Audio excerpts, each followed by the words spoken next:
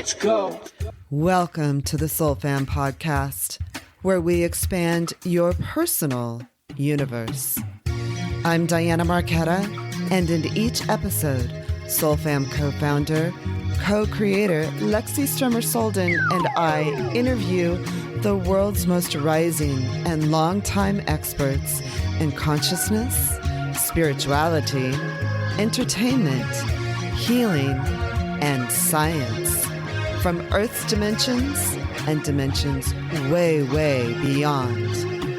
On the SOULFAM Podcast, our frequencies are high and your heart chakras will open as these powerful voices of today share cutting-edge research, profound experiences, and valuable knowledge for your world in this out-of-this-world, thought-provoking, envelope-pushing interviews that could only take place right here on the SOULFAM Podcast.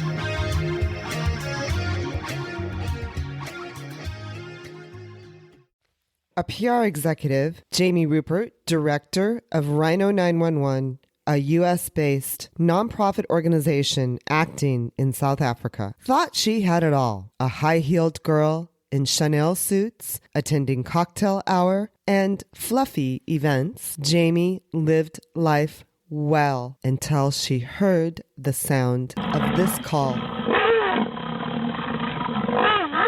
And her life transformed. Welcome to the SOULFAM Podcast. On today's episode, we welcome Jaime Rupert, whose conscious and spiritual experiences with rhinos in South Africa proved to be transformative for her life and perhaps for others. And now, here's Jaime. Thank you so much. It's an honor to be here with you today. No, I think we're pretty honored. So Jaime and I have a long relationship. We actually tried to put together a television show about Rhino911 and their mission. Perhaps it'll happen someday.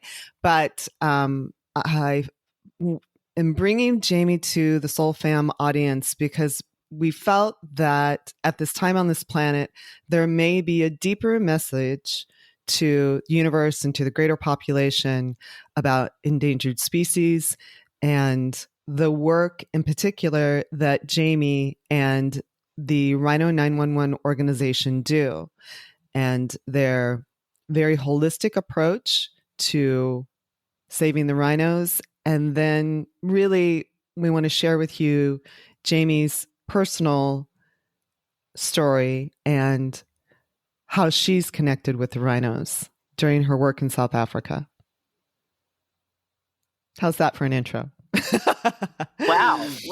Let's go talk about this. I think there's a whole lot of unexpectedness of what happens in our journey in life. I think we all, at least I did, was on a very prescribed path. This is what I thought I should do. This is how I thought I should be. This is what I thought I should belong to. And when the rhinos came into my life through a very, very random phone call to ask some help for some PR, I always take the idea of, well, the window of opportunity opens, let's see where it goes. And that's one of the decisions that changed my life forever, especially with the rhinos, because I had no idea about them and what was going on. Wait, Jaime, you worked in PR as a publicist? Yes. So I've been a corporate PR woman for almost 30 years, working with some of the biggest brands in the world and companies. So if you are scanned at the airport for plastic explosives, I helped start that industry way back in time. So yeah, I've been at the inflection point of business and meaningful matters of the world. And unexpectedly, the rhinos took me there as well. Why don't you be a little more specific? Because I have a feeling you're going to downplay your accomplishments. And could you just to give us a little bit of shine to this podcast, could you share with us some of the clients and some of the work you've done overall? Sure. So if you look at my LinkedIn profile, it says I've had a $17 billion economic impact in business across time. In business, that matters because it shows that you made a difference in revenue, in helping companies succeed. So I started with a company called Envision Technologies. It is with the PR agency. I had a fabulous mentor who taught me that You have to tell the truth in PR. There is no such thing as spin, and you need to tell the truth, tell it first, and tell it your way. So I had a 10-year career with him where our clients included Envision Technologies with the plastic explosives. The 2002 Salt Lake Olympics, I was actually one of the people on the team with Mitt Romney who helped change the Olympics, and really did see Mitt as a, wow, if you all could have seen the Mitt I worked with, he was a man who took on every challenge, who did not play by the rules, who said there's a better way to do this. And you see how he turned around the Salt Lake Olympics.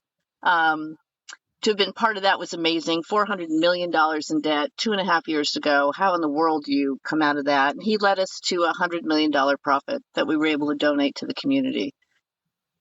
Watching what happened to Mitt when he got into politics broke my heart, because once you see when you get in a system and you have to do things the way the system says, you don't get to be president.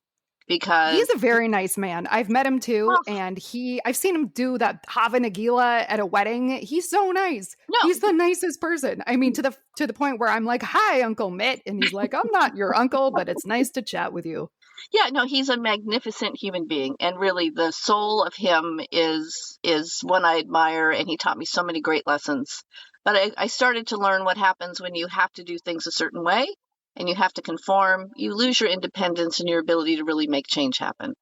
So I've worked at corporate communications at Burger King and Quiznos, and a life sciences company called Life Technologies that brought DNA sequencing into medicine and changed the game around DNA sequencing.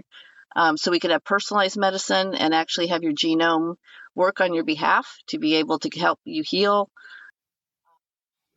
It's a scientific formula that enables people to be compatible. And one of the things that Dr. Warren found out were there's 29 dimensions of compatibility that you would have no idea about. Obstreperousness, psychic ambition. Who talks about that when they're dating? But when you're actually able we do. We hope for it anyway. Yeah. So again, meaningful learning, science, communication, change the world. I've gotten fortunate to be a part of teams that have done that. Very cool. So let's talk about Rhino911 and how that came about. And you're now director, but when you were introduced to them, what was the walk to that, and then how did things kind of transpire after that? So when you get those phone calls and people call and say, "Can you help?" You're like, "Oh, okay, I can help." Yeah. So I did get a phone call. It was my niece's husband's business associate who had started a charity called Rhino911. And could I help do some PR for it? So I said, I'm happy to help, but I have no idea. I've never been to South Africa. What's going on with the rhinos? Is there a problem? And what do you need to get to do? So I was able to meet the other founder, Nico Jacobs. And Nico was in South Africa. He was from South Africa. He was visiting Fred in Reno, and I got to meet him and his family first. And when you meet people who are so rawly passionate about an issue that you have no idea about, that's really quite an introduction, right? How you learn about it firsthand and very, very quickly. Nico's been dealing with the rhinos in South Africa for the past 18 years, all volunteer. He's a bush pilot, and in his spare time, he created a first responder capability. So he would be the person that the parks would call, or people who had reserves when their rhinos were poached. So Nico's been at the front line as a first responder for 18 years on the rhinos, and he wanted to try to make more of an impact because the situation is so dire. So I was really shocked that I had no idea what was going on, that the rhinos are going extinct. It's a 6,000-pound animal, and they're being poached to death. So I said I would help. I was able to attract ABC News to come down. Bob Woodruff came down and spent a week with us, and able to really show him what was happening. But because I had to show the media what was happening, I really had to learn what was happening. So again, I was a lady who lunched. I went to cocktail parties. I was corporate PR. I never knew what it was like to be in nature with nature when nature's in crisis. And that time I spent learning before ABC News got there, my first 3 days with Rhino911. I actually filmed on my phone, and it was incredible to have my first encounter with a rhino. As you dart it from the sky, and then you have this rhino walking towards you who's been sedated, and then you work on the rhino. It's just otherworldly. So I know you guys think about these otherworldly things, but to really be in nature with nature under duress changes how your soul, at least my soul, connected to nature and the animals. We went on, and the last 5 years we've been doing that day in, day out. Nico gets the calls, the poachers continue, but the PR person in me wanted to know, well, why do the poachers exist? And that's the thing that nobody's willing to talk about. And I find myself up against the same kinds of things that maybe, again, when you have to go into the system and really needing to challenge the animal rights system. And that's a very daunting thing, because as it turns out, the reason why the rhinos are going extinct is because of poaching. And the reason why poaching exists is because of human policy about an environmental policy about whether or not you can trade rhino horn. And human policy has said, no, you can't trade rhino horn. It's terrible that you would ever want to use an animal part. I agree. So I want to be super clear. I don't want to use animals for anything, but here's the reality of the world. Any animal who has an industry or commerce behind it does very well in our society, because we have absolutely changed the game with nature, which I abhor, but I'm not going to be blind to allow a species to go extinct because policy says that we shouldn't do this. And so if we really look at what the animal rights policies are doing to the rhinos, it's the animal rights groups that are extincting them. And that's the horrifying part that my soul has a really hard time with when I'm with these magnificent animals, working on them, trying to comfort them when they are in agony, praying over them when they are dead, taking the orphans and trying to put them in a sanctuary where they will be safe. So life and death is no more real than right then and there. And you think, this is just a communication problem. If people could understand really what harm the policy is doing. Yeah, but is it really a communication problem, Jamie, or is it a matter of caring? No, I think everybody cares, and I think we all care in our own way. I could only care once I knew what was going on. So part of it is we don't know what's going on. Rhinos are not native. Actually, rhinos are native to North America. They started here. I think that people's points of view in politics get in the way of actually being able to see the picture clearly, and everybody's pretty well invested into their own point of view and a power structure. So again, when your soul goes up against a power structure, how do you navigate that? And I'm often, and this is, I think we've seen what the forces of animal rights groups can do to do harm to people who have a different position. I'm scared of the animal rights groups. I have to be honest with you. I'm very happy to be in the bush without a weapon or a tree, knowing I'm with nature and that's nature, but coming home and having to take on World Wildlife and the Humane Society and PETA to say, guys, your policy's wrong. It's actually your policy that's extincting them. That's really scary. So that's where my soul gets into trauma, because there's no reason these animals should be dying. There's no reason that these animals should be extinct. But in April of 2023, they will be extinct at Kruger National Park. It was the largest population of rhinos in the world. It was 8,000 rhinos, 10,000 to 8,000 rhinos. They'll be gone in April of 2023. Kruger Park has more funding, more communication, more assets than any other park in the world, and they've lost the rhino. So now what do? We can't keep doing things the same way. Right, because the fight for them in Kruger Park has proven to be futile, from what I understand. Right, we lost. So they will be extinct. Yeah. Can I ask a question? Can we pretend that we either work at a network in PR or as a, head of programming or something. Is this, because I'm like, once you said that you had this pitch and it's so fascinating and you took it out and everything. And of course, the reality TV part of me is like, oh, I want to see the pitch again. I want to see, but when I'm thinking about it, was this hard to program because of the controversial, maybe images of some of these animal rights groups? Or is this something where somebody might really care about the content, but wonder how it fits into the slate? I mean, if we could just think of ourselves as PR and network execs, maybe they didn't know what to do with it. Well, from my point of view, it's that it's already been pitched. It's already been shown. We've all seen a lot about, on the television side, we've seen a lot about poaching. And there have been shows about poaching of rhinos and other animals for that matter. And there's been some very successful films as well. However, in this, for instance, Leonardo DiCaprio has done some very successful films, very, very effective. However, in this particular case, there had already been a lot of shows pitched about poaching in general. And there, in part, is that it's overwhelming and it's a downer. Hey, it's a downer. We're already pretty down in the world. We need some things that make you feel a little lighter.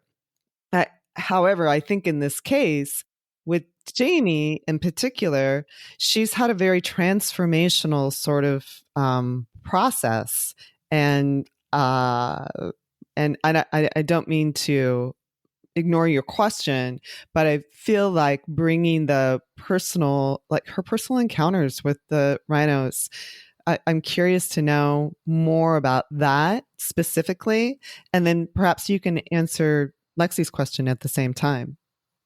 Sure. So let me tell you what it feels like to be with a rhino. The rhino's nostril is as big as my hips. If that gives you any idea of proportion, when I stand next to a rhino, one side of its nostril is as big as my hips. My hips are 36 inches. That's just its nostril.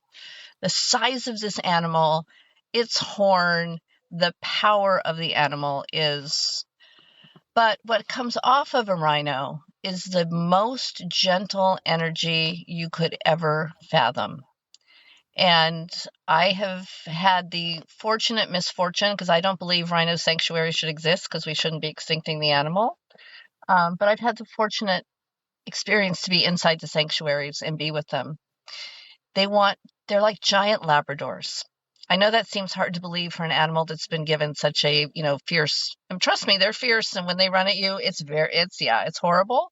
But when you're with them and they're simply grazing grass and they're hanging out together, they are the chillest animal on the planet, I think. I have sat with them. I've sat with 60 of them in a sanctuary. But the energy of them is love. They love to have their bellies rubbed. They love their ears rubbed. They just want love. It's just love.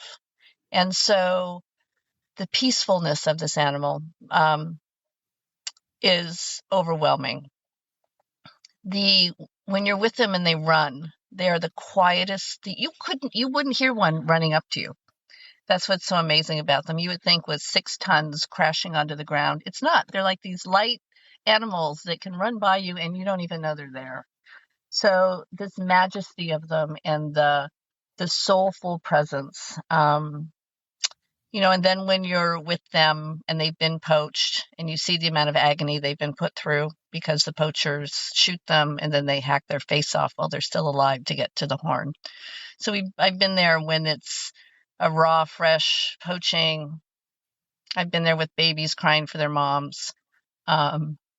I've been there with orphans who have run for 2 nights away from the lions to try to stay alive and rescue them. So it's one of the most beautiful animals. And I think the reason what was so interesting when Diana and I were trying to do our work would be like, if we could have media for a different reason.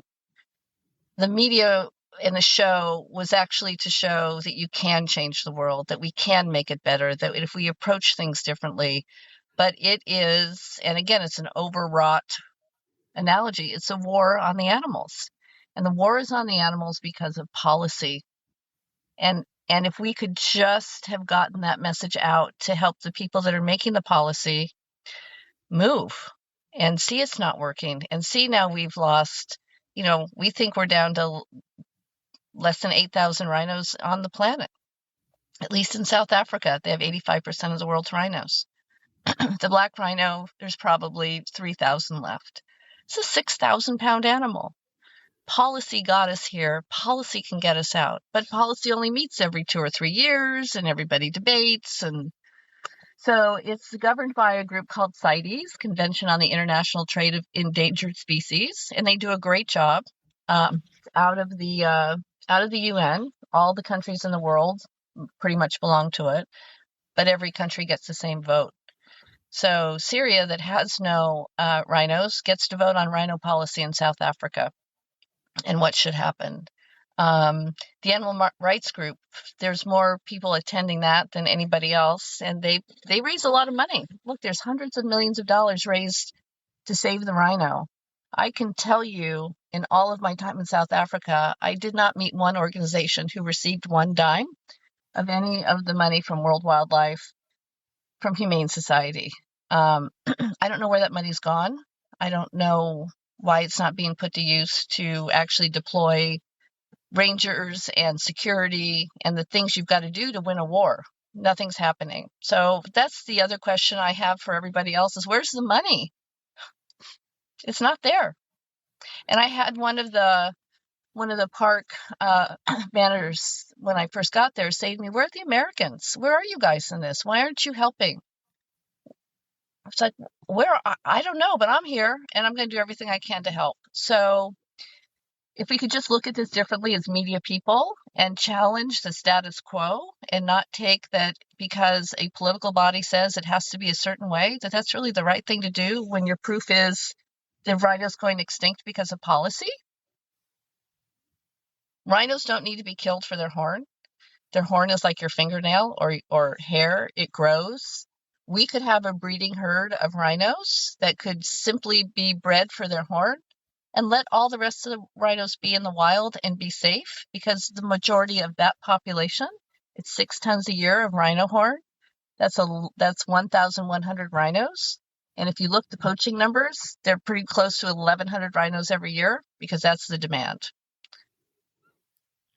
Can you explain to our audience what the rhino horn is used for specifically and why it's, in high demand, and what its value is on the primarily, I assume this is still true, on the black market? Yeah. So if we go back in time, rhinos actually roamed the world pretty much. Okay. There were rhinos in China, and there were rhinos in North America. There were rhinos over on the African continent. So they began on the North American continent. They were part of the woolly mammoth group of animals. And again, they walked across land bridges, and that's how areas all ended up with rhinos. Rhinos have been used in traditional Chinese medicine for thousands of years. The horn is believed to have medicinal properties, which include curing the cold to being Viagra. So it's thousands and thousands of years in use. And what has happened is, so there was a point in time back in the 60s when the rhinos were also under threat, and it was more so from hunting, not poaching. The rhino was resurrected in terms of the populations grew again. And now with the ban on trade, there had been like a gray area of trade for a little bit, but there was a hard ban in 92 that you could not trade rhino horn. And from 92 is when we have seen the drastic decline of the rhino population and the increase in poaching. So currently, rhino horn goes for somewhere on the black market between $50,000 and $65,000 a kilogram. That's more than cocaine. It's more than gold, more than diamonds. It's one of the most valuable things on the black market. And how big is a rhino horn typically? So a rhino horn is typically somewhere between, on the big ones, they're somewhere between 20 and 40 pounds. Mm-hmm. So, and again, it's 11, if you just think about it, it's 1,100 rhinos that make up about 6 tons of rhino horn. So how much is each rhino horn on the average worth in dollars and cents? It honestly depends. They typically won't kill a rhino, for a smaller horn, but at this point they're killing everybody. It can go anywhere from $250,000 to $2 million a horn. We were able to trim. So the best defense we've been able to do, and Rhino911 has done, is we trim the rhinos. So we go in and you have to trim the whole population wherever they are in a park or on a reserve. We did the largest trimming in Pilanesberg of hundreds and hundreds of rhinos. That trimming took about $1 billion of rhino horn off the market. The rhino horns are put in storage by whomever owns the rhinos, and it sits there. It has to be recorded, a record of it. It's put in a vault, and it cannot move without a permit. So it's a highly regulated asset that is in vaults. There's been talk there's maybe 50 billion rand, which of rhino horn locked in vaults across South Africa. That would save every animal population you could think of if we could unleash the stored rhino horn. But then you get into the political debates. Oh, if you flood the market, if you do this, if you do that. I know that many people have been working on a way to have a legal rhino horn trade exchange. And no one's willing to look at it on the political side because, quite honestly, everybody makes a lot of money off of rhino poaching. The charities raise a lot of money. They raise a ton of money to save the rhinos. Poachers make a lot of money selling the horn. Government makes a lot of money through the corruption because clearly there's a lot of corruption happening.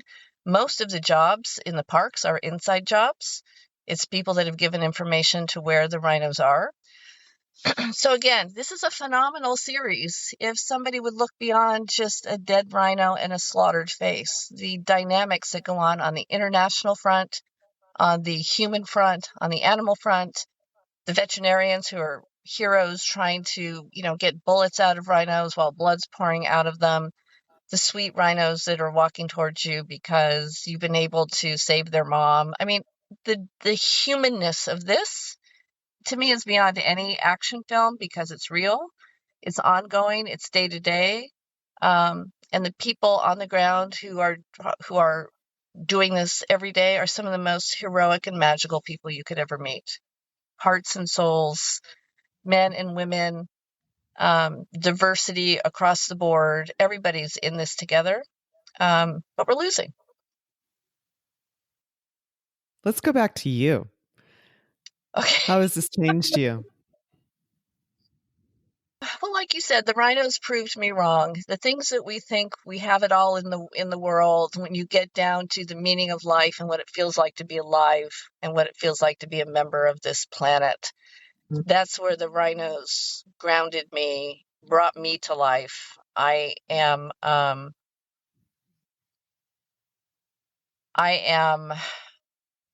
it's cliche. The material stuff doesn't matter anymore. I was a big Chanel proponent, and now I'm a big REI. Where's my jacket, and how can I be warm, and where's the right pockets so I can have the right thing to work with the animal? What are the shoes I need to be able to, run in the bush and not get a snake bitten? And how do I not get killed by poachers? That's life. Life is not sitting in a boardroom doing business strategy to see how many more French fries we can sell, right? That's what my life had been for a long time. That's how I found meaning. I find no meaning there anymore. I'm very proud of what I've done and been able to help. But I think at this point in time, from what I've learned from business, I'd like to actually go help the animals and people so we can get this earth balance back together. Man's messed up the balance of nature. If the animals leave the ecosystem, that's detrimental to the whole ecosystem.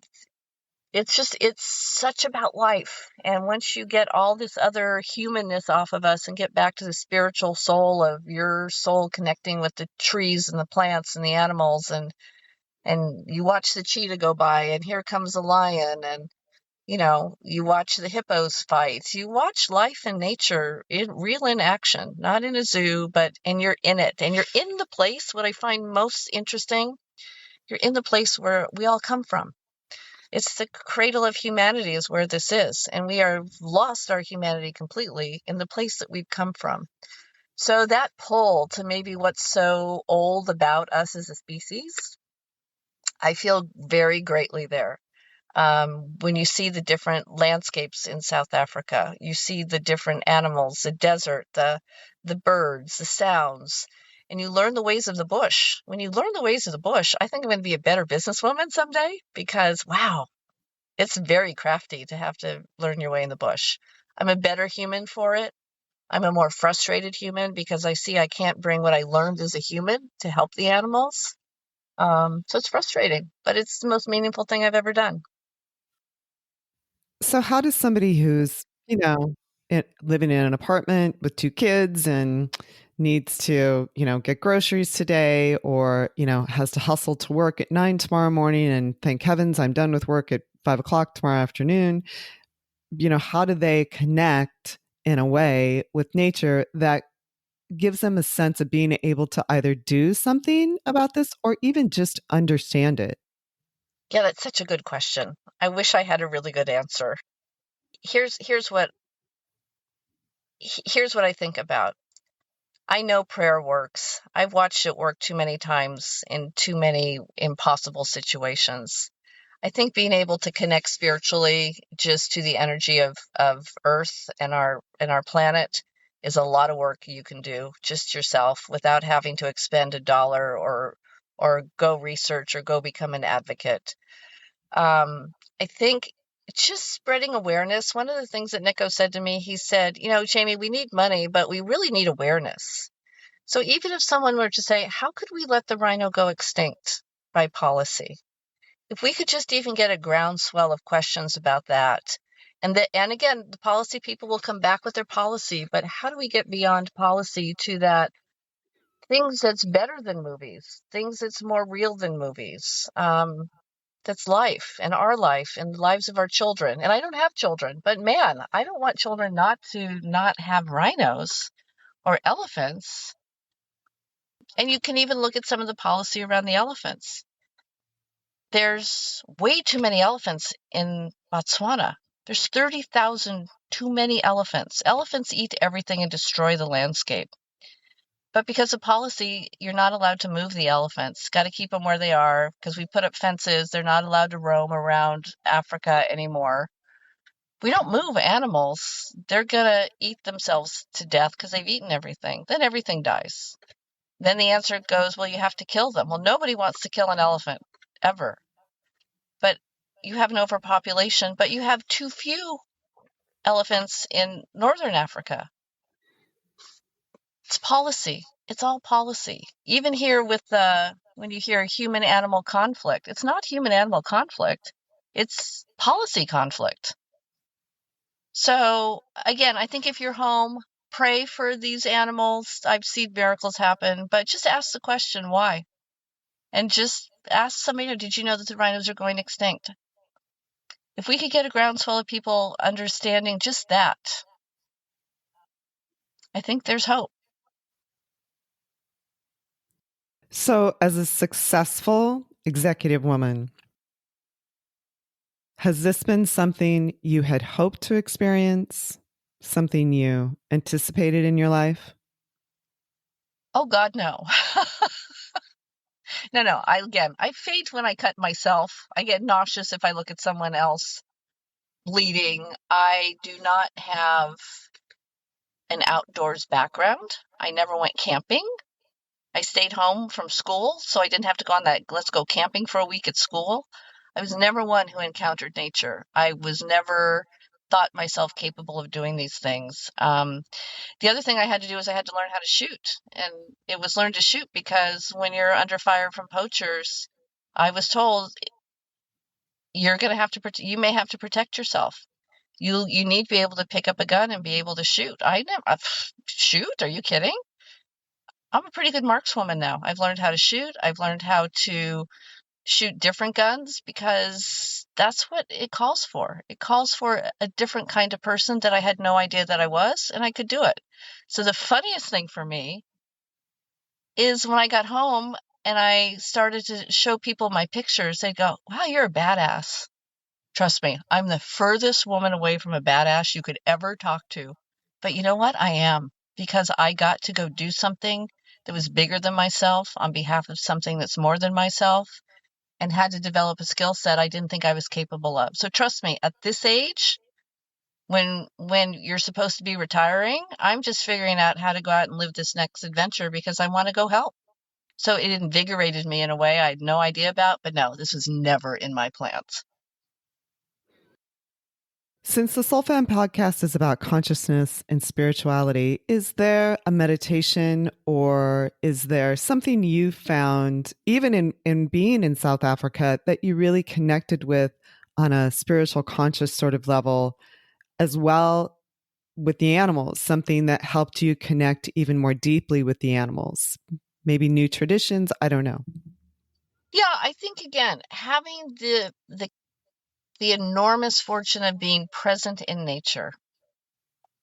I even find when I go to parks here now, I have a different experience to learning how to stand and be in nature, not have to be busy in nature, not have to, be taking pictures, but to stand in the experience of nature, to listen to the birds. I hear things now I never heard before when I'm back home because I'm now tuned to hearing, oh, listen to the birds chirping, listen to the sounds of nature.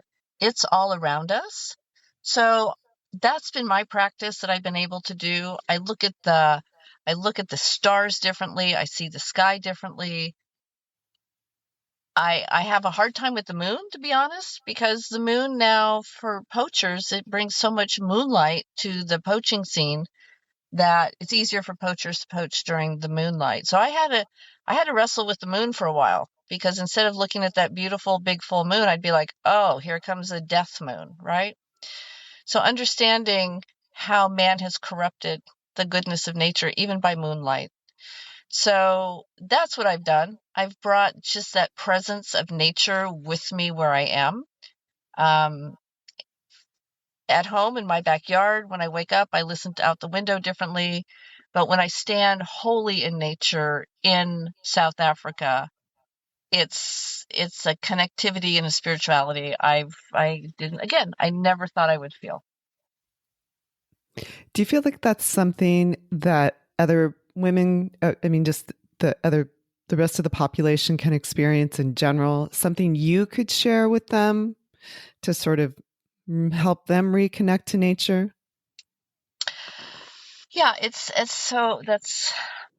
look, I think we all have our own journey and how we experience it. I think you have to surround yourself in it more, even if it means downloading. I downloaded this great app the other day. It's called Merlin. And you press record when you hear the birds singing, and it will tell you what the birds are around you. It brings me such joy when I'm hearing the birds, and I can now know more about the birds just by on this app telling me, here's the birds that you're listening to right now. So I think there's enough also technology around us that can't replace nature, but can keep us reminded of nature. And that's what this is my new Merlin thing. The minute I hear a bird, I'm like, oh, where's the app? So I can know what it is. My curiosity about nature is bigger as well. But watch Out of Africa. Watch the epic movies that are about nature that make your heart wrench, because that heart wrench is what's actually going on out in the world. And instead of the pain, again, go back to transmuting it and transforming it into love and prayer and reverence for these animals. I believe as women, we are, again, the female energy, its time is back. And it's time for women to take their energetic core, their spiritual core, the divineness of us, and come back to nature. That is who we are. And I was a long way from nature. I was a hardcore businesswoman. And now I'm a gentle woman who is a fierce advocate for the essence of this planet. Bet you never saw that coming. ever. So, what are your plans? What are your hopes for all of this? And I have one other weird question, which is when you're with the rhinos, do they communicate with you? Do you get a sense of a message that they're trying to share with you, or? It's love. I wish I could tell you it was more complex than that. It's not. It is just absolute 6,000 pounds or 3,000 pounds or 200 pounds of love walking towards you. It's just love and peace.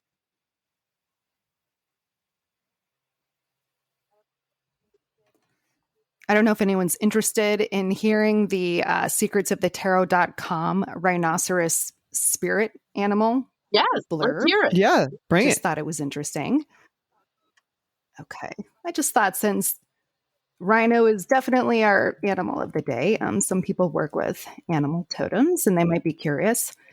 It says the rhinoceros appears in your life when you most need it. When this happens, listen to the important messages it brings with it. So these might be different than yours, Jamie. So it goes on to say, for example, the rhino could be communicating your need to be true to whom you truly are. Things may not be as they seem, and you could be misrepresenting yourself because of this. Dig deeper into your inner being. This will help you to understand your true motivations. As such, you are able to know how best to relate to the world around you. That seems That was pretty fun. accurate. Yeah, pretty perfect for me. That's exactly, yes, and yes. I agree with all of that. I hope the rhino has that same effect on everybody in its essence, just what you read there. That kind of essence coming into our life. Who is our true self? What are we really about? Dig deeper. Yeah, 1,000% true. So, what are the plans for Rhino911, and what are your plans in general, if you have any? Well, listen, Nico, we will never give up the fight. We are working on a program called Guardian Angel, which would allow for helicopter reinforcement to surprise the poachers. So poachers do really well when they don't have anybody in the air coming down with security, just to, again. So we're working on getting funding for a Guardian Angel helicopter to disrupt the poachers. We're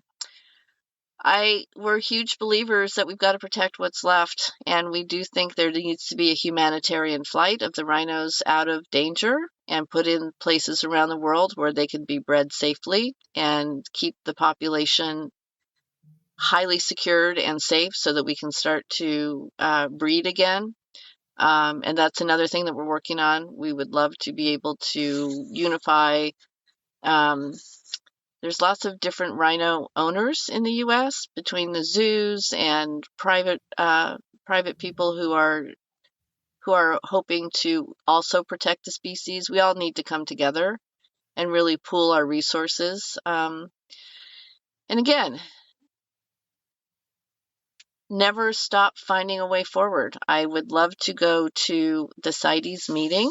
I can't get there. You have to be allowed in. I'll have to find a way to apply. I would like to bring what I saw in South Africa, which was an area that had over 200 poached rhino skulls in it. When you can see the skull and what has happened to the rhino and know that that was a 4,000-pound animal that's face has been hacked off, just to try to get to people in another way through art, because again, the media has a certain perspective they want to see, but the media is missing the whole story that the media could change the world. So I'm frustrated with the media as well. Oh, we've been there, done that, seen it. That doesn't mean it's over. And you're just because you've done that and you didn't work harder to be compelling and really show what's going on, we're going to lose a species because the rhinos don't have a spokesperson. So if there is any celebrity out there who would be willing to stand up for the rhinos and help raise the millions of dollars that we, as not just Rhino911, but the people on the ground who are actually doing the work, we could change this game. But imagine we're going to lose a species because it didn't have a celebrity spokesperson to raise money for it.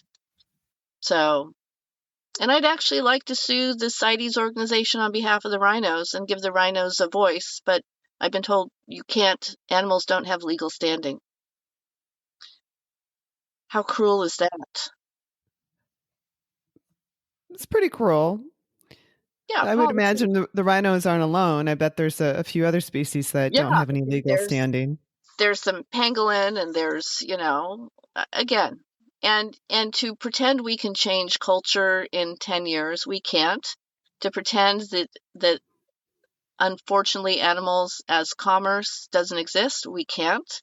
So to ignore the real world and keep policy back in the 1900s, it's horrible. It's just horrible. But it suits agendas. So again, you see my frustration. As a communications person, as a PR person, I can't move this conversation. I think you're a pretty good celebrity, by the way, Jamie. So. Yes, did you see my most recent multi-million-dollar movie? But yeah, yes. I would appeal to celebrities. How do we get coherence across all the animals? And by the way, why should we be dividing up the lions and the rhinos and the elephants? They all live in the same area. Why can't one group advocate for them all? And to me, that's the problem with philanthropy. We've become siloed species versus ecosystem approach. So yeah, so the animals that don't have money and spokespeople die, and the ones that do get at least more money and more visibility and more people care. So we go back to the caring thing. Let's care for all of them. They all live in the same spot. Just to play devil's advocate, what happens if the rhinos all die? Well, I guess nobody really cares except for those of us that got to be really intimate with them and have them part of your daily life. The disruption in the ecosystem, we don't know how that plays out yet, right? You even go to the dung beetle that no longer has that poop to feed on and to do what it does. It changes. Again, the rhino's only predator is man. So it's not a predator in its environment. It's a bit of a stabilizer, if you will. So it'll be, who knows? But again, look at this latest thing I just saw the other day. It's like 21,000 things are going to go extinct shortly. So a lot's going extinct. But how do you let a 6,000-pound animal go extinct? I just don't get that. The lions are in trouble. The cheetah are in trouble. Hello. But again, the cheetah people are working hard because they're cheetah people. The rhino people work hard because they're rhino people. Lion people, again, we're all the same people. We just have a different animal. We shouldn't have just a singular animal. I don't want to compete against the lion people for money. But they do a really good job at fundraising, and they have a lot of great spokespeople too. So I'll go back to that part of our society that says it all. I'm rich and famous, and I can lend my name, and I can save a species. And to really save the species, I would then call on all the billionaires in the world. This is not hard. It's $100 million, and you can save the species. This isn't hard. There's plenty of money to solve it. It's just the willingness to do it differently and do it quickly. I don't understand why philanthropy has $1 trillion locked up. We're supposed to be doing good with philanthropy. Let's do good now, because if we can't do it now, when are we going to do it? So let's bring this back to the oneness, which I think you were sort of getting at about whether it's we are silos as fundraisers and activists, or with our love of individual animals and your sense of humanity and Earth and sort of the greater galactic universe. My sense is that when you're present in South Africa, you feel a sort of oneness, both with the rhinos, yourself, and sort of the greater universe. Absolutely. Again, it's the oneness and the collectiveness, right? I am myself, but I'm amongst all the others, but we're all collectively together, working together in harmony. So it's the harmony that I really feel when I'm there. And what your hope is, if I might put words in your mouth, if I'm hearing this correctly, your hope is that there's a harmony among all of these individual facets that could collectively work together to resolve, everyone's problems or the challenges our planet faces at the moment. Correct. Yes. Again, in a silo. So one of my best friends is the former CEO of Stand Up to Cancer. Cancer research used to be which institution got donations, and they found this really magical thing about cancer. They would keep that information to themselves because they'd say, we have this information and we can raise more for our institution. Stand Up to Cancer went in and said, no way. You all have valuable information. You all need to collaborate because together we'll get to advancing the research. The amount of immunotherapy that has come out of the research that Stand Up to Cancer has funded, because they broke down the silos of research and said, no, we're going to create dream teams, the best of everybody, and you all need to share. The miraculous pace that was happened in cancer research is because Stand Up to Cancer broke down the silos. I think we can do the same thing in nature conservation.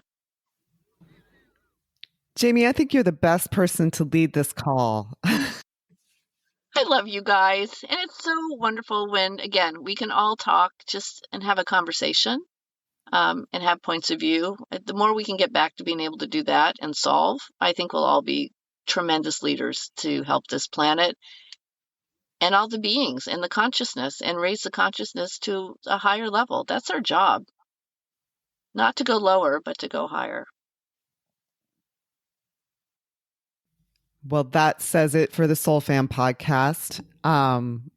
Is that what you hope with Rhino911? Well, yeah, I hope that we are able, look, Nico's spirit to lead the charge is invigorating and inspiring. You need the real world people who understand this like it is their soul. The Rhino speaks to Nico all the time. But again, we are not going to give up. We're going to keep going. We're going to find a new way. And as scary and hard as it might be to go up against the people, not the animals, we'll get it done. Okay. It feels daunting. I mean, it's so inspiring, though. I love your activism and your passion and your fire and your courage. I know you're like, well, what am I doing? But it is courageous. It's courageous to get up every day. But what you're doing is beyond courageous and inspiring. And I think that, I personally took so many notes and I'm invested. I want to know what's going on. I want to know why the rhinos are going extinct. And I think your call to action to celebrities and billionaires is also a call to action to young people who may be able to use their sort of different ways of thinking to streamline some of the things you're talking about. Thank you. And I will just say to everybody, I never thought I was courageous and I never thought I could do things. And I always thought I was kind of a blob. And I had found this kind of lane of, okay, I can do this PR stuff. Like I said, I should be retiring and I'm just finding out about my life right now. So it's possible for everybody every day. There will be a window that opens. And I had a wonderful woman in my life say to me, the window of opportunity opens and closes. Whenever it opens, you have to jump through it because you don't know when it's going to open again. That's what I did with that phone call. I'm a radically different person because of that phone call. And I'm glad for it. So we just got to keep going. There is a lot of life to be lived on life's terms, not the materialistic business terms. So bravo. Love you guys. Yeah, we love you. Thank you so much. Thank you. Okay, well, let's go do this. We love you too. Oh my gosh. I appreciate all that you guys are doing too, to change the conversation, to bring awareness. And thank you for having me and the Rhinos on here. We're a fun bunch. That's for sure. You're a really interesting bunch is what you are. So a bunch of very, very interesting dynamic characters, I have to say. So I hope people get the opportunity to see what you do. It's pretty remarkable. Swooping in to get a baby rhino, rescue it from the ground, put it on a helicopter and take it back to safety and I've only seen it. I mean, I've not been there. So being a part of it must be incredible.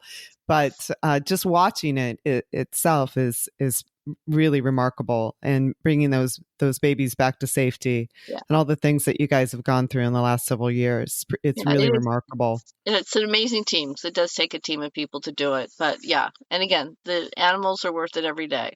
There are many times, last thing, we would get in the chopper and Nico would say, okay, everybody's here on their own free will because there's poachers out there and they could shoot at us and they can shoot us down, and and when you're told that, and you're like, nope, let's go, right? Something bigger than yourself. Amen. Yeah. Amen. Okay. Amen. Thank you, ladies.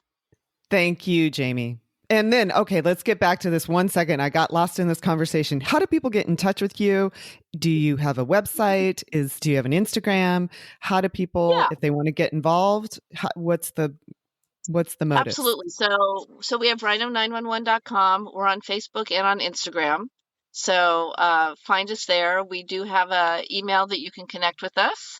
And what's the email? I wish I knew the email off the top of my head. Okay. We'll put it in our Instagram post. Yeah, and just Rhino911 and we will be there. That's the call. Thank you for joining us for this episode of the SOULFAM Podcast. Be sure to tune in to every episode where we dive into a different rabbit hole of the known and unknown to empower you in conscious living and exploration of the greater universe. We hope you leave each episode with a little stardust in your hair and inspiration in your heart. With love from your SOULFAM.